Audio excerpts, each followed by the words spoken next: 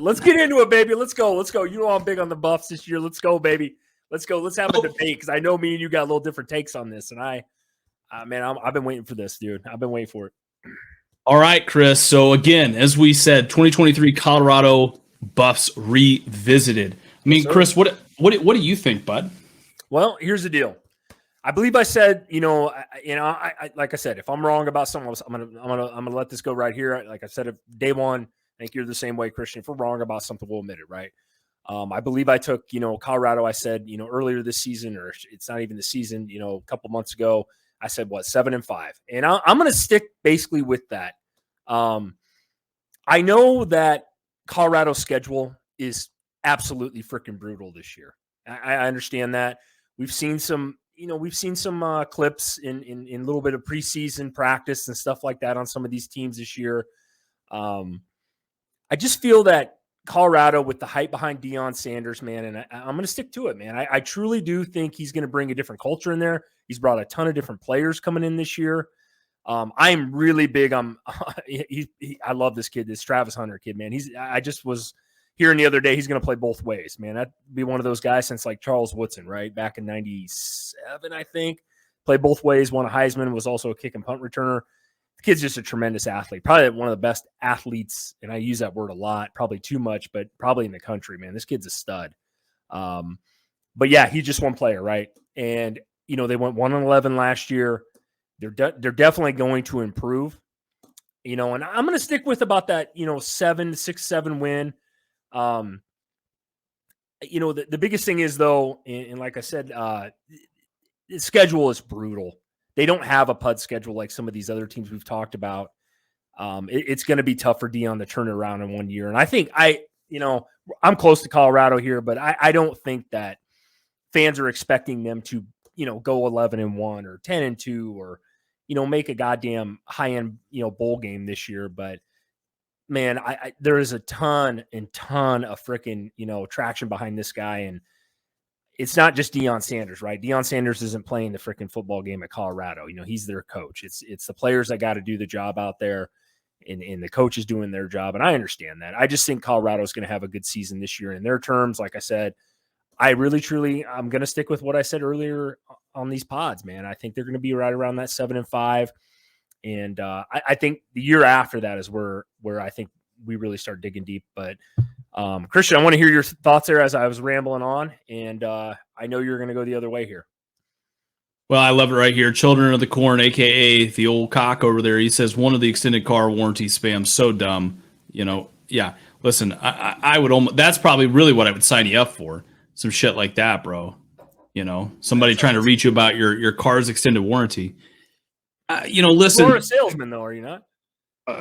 Hey, salesman, televangelist, Deion impersonator.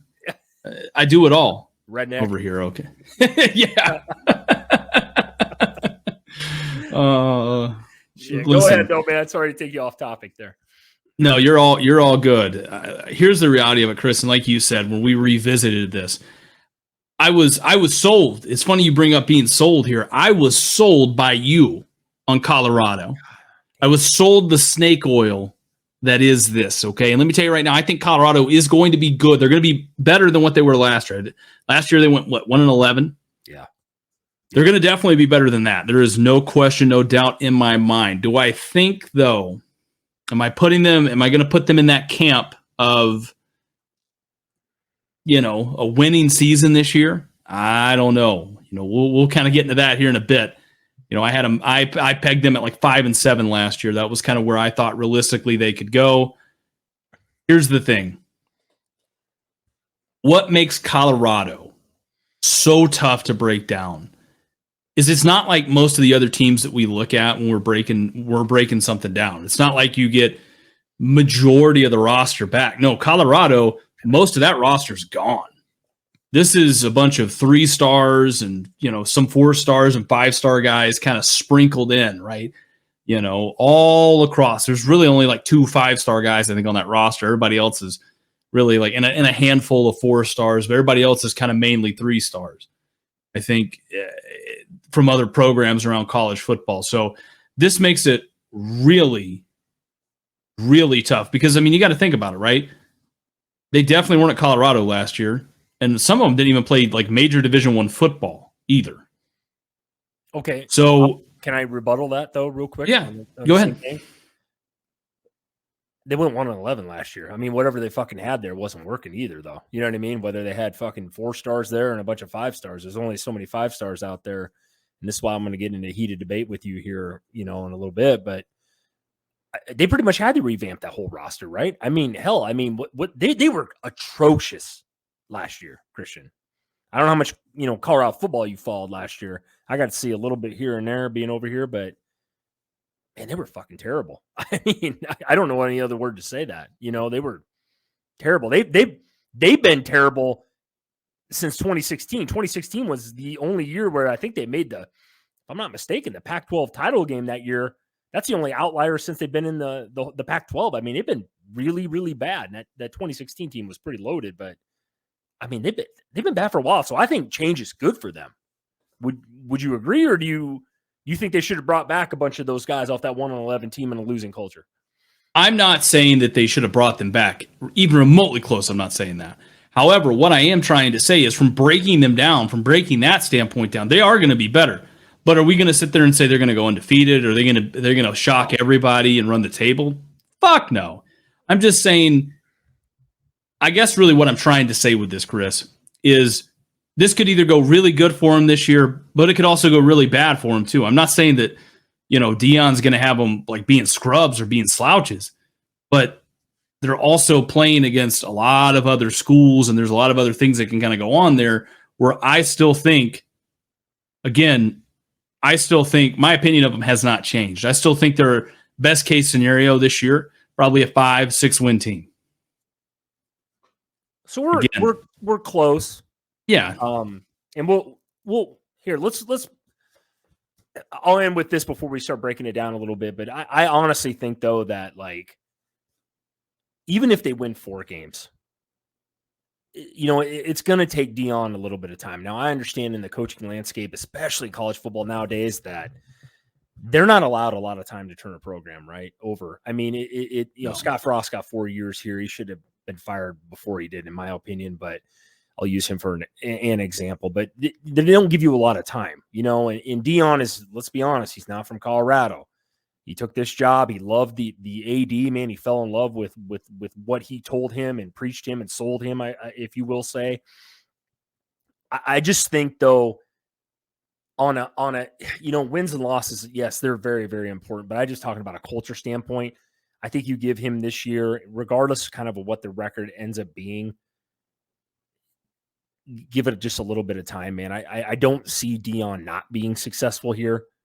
And that's where I'm kind of at with this whole thing. I mean, yeah, 7 wins, I might say. You'll say 5. Regardless, it's better than a 1-11 season, bro. I mean, they were freaking awful last year, bro. I'm not kidding you when I say there's probably some good high school teams at times could have gave them a run. I mean, they looked horrible last year. Yeah, and I definitely agree. I definitely agree with you on that. I mean, here's the reality of it too, though, Chris, and that is, I think we both are, we kind of muddy it up a little bit. I think there's a window on this, and we both agree on that before Deion jumps and he bolts out of the program here at Colorado. Doesn't really seem like a natural fit or a natural marriage between the two. Like I said, I think it's about a 3-year window, personally. Okay. I think 3 years, I think the dynamic starts to change. I think the first year is going to be really rough for him, for his standards. Okay. I'm not talking overall. I'm not saying they're going to do something crazy, like only have 2 wins. I'm just saying they had a 4-win season. Though. That guy's a winner. Yeah. By his standards, he could have a relatively rough season. So if that happens, don't be shocked. But I think year 2, I think that's when they really start figuring it out. Because there's a lot of stuff that's going to happen in year 2 that's going to be good for them, right? Such as Utah loses a quarterback. USC loses a quarterback. Oh, for sure. And, guess who else is losing a quarterback? Washington, Oregon, Oregon State. You know what I mean?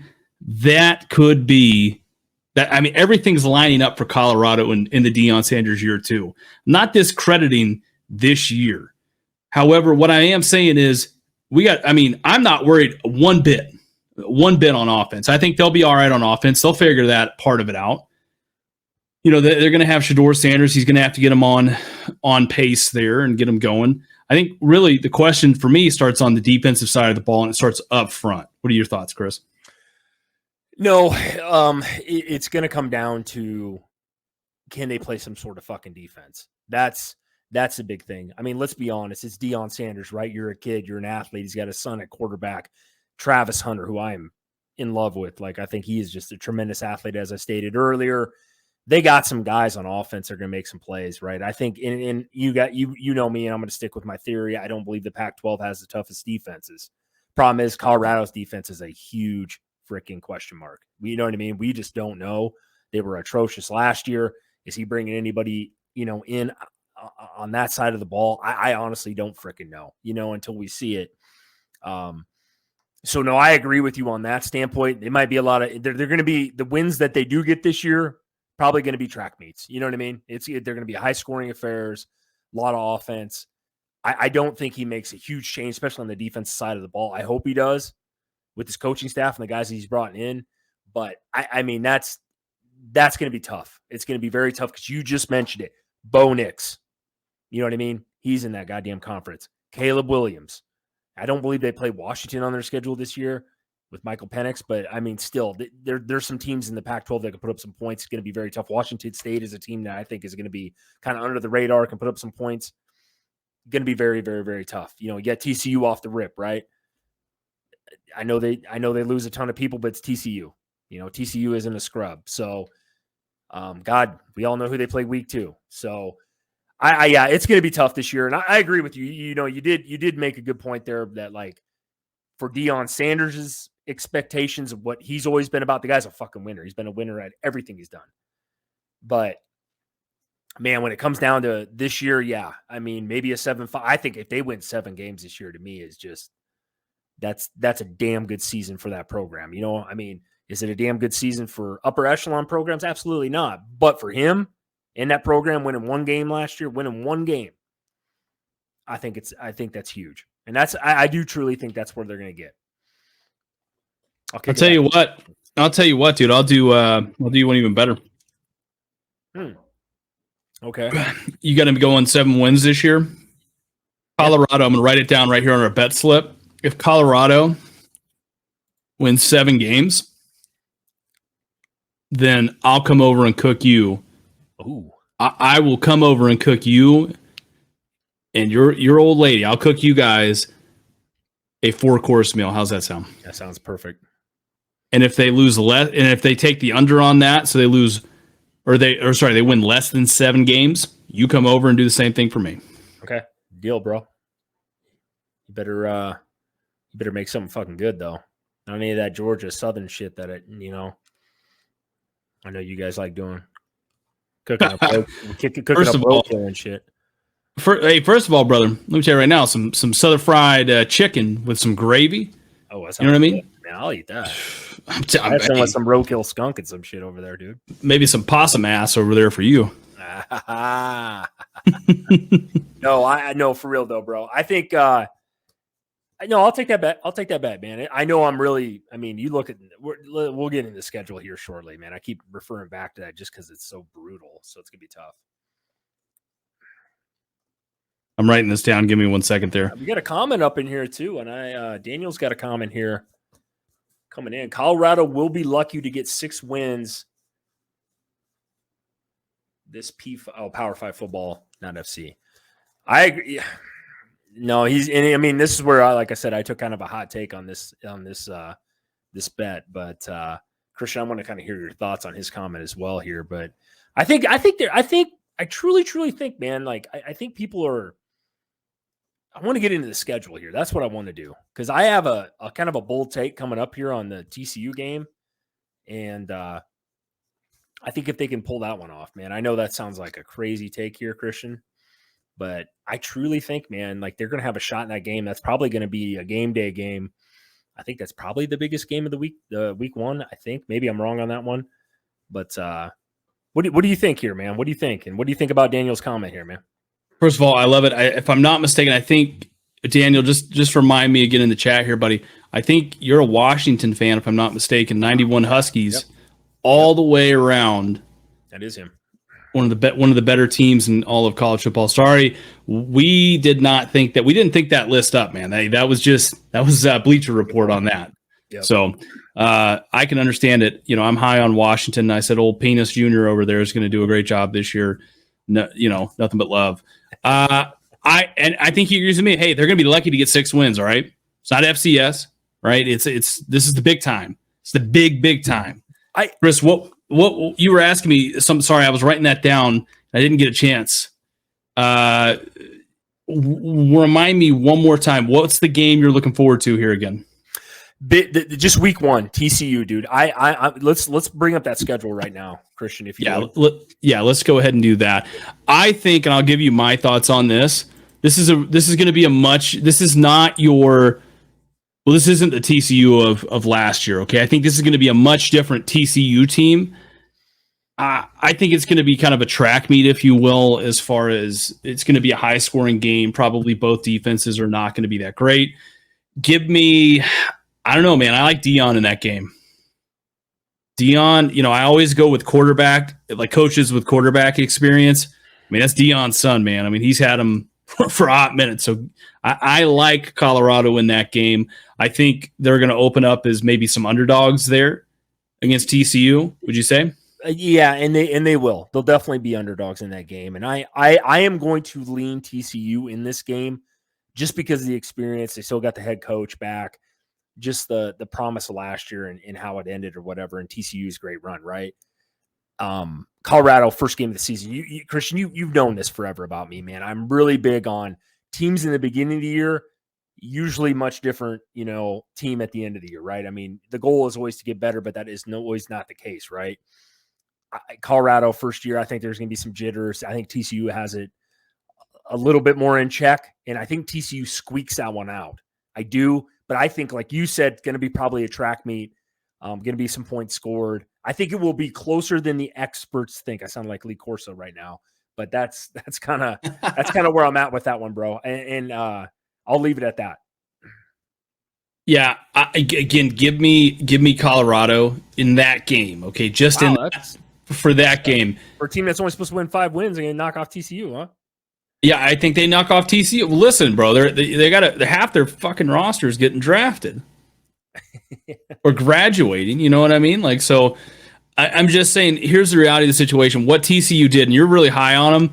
They're gonna take some steps back. I think going into next year. Okay. Let's look at Nebraska here. I like Nebraska in that game. You know, last week you blasted me for saying South Carolina could win the SEC East. I'm going to blast you because I know you're going to pick Colorado to win against them. And the only reason why is because it's at home. And I remember this rivalry. I'm a Nebraska kid, obviously. Colorado is the team I hate more than any team in college football. Sorry, Colorado fans. But I am big on Colorado this year, so it's hard for me to say. But here I am. No, I do, because Nebraska is in the same boat, essentially, right? And this is why I take a stance here and put my fucking foot to the ground, is that Nebraska's got a new coach in Matt Rule. We're implementing a new system here. We won, 4 games last year? Colorado won 1, right? And I'm not comparing last year, teams, but we don't have much of a culture going around here either. So I think this game, I'm just going to lean with the home favorite. Can't believe I'm fucking saying this. Now I'm going to lean with Colorado. I think technically it's still a coin flip. I hope Nebraska wins in my heart. Absolutely. I'm a diehard Nebraska fan to the end, but I could see Colorado coming off a loss after TCU going back home, getting their stadium, their crowd, everybody into it. I've been watching a lot of Deion podcasts and stuff like that. The guy's a motivator, man. He really, truly is. I'm just gonna I'm gonna lean that way, that Colorado wins that game. As much as I hate to freaking say it, Christian kills me to say it, but I'm gonna be there. I know you're laughing on the other end over there, but that's about all I got on that one, brother.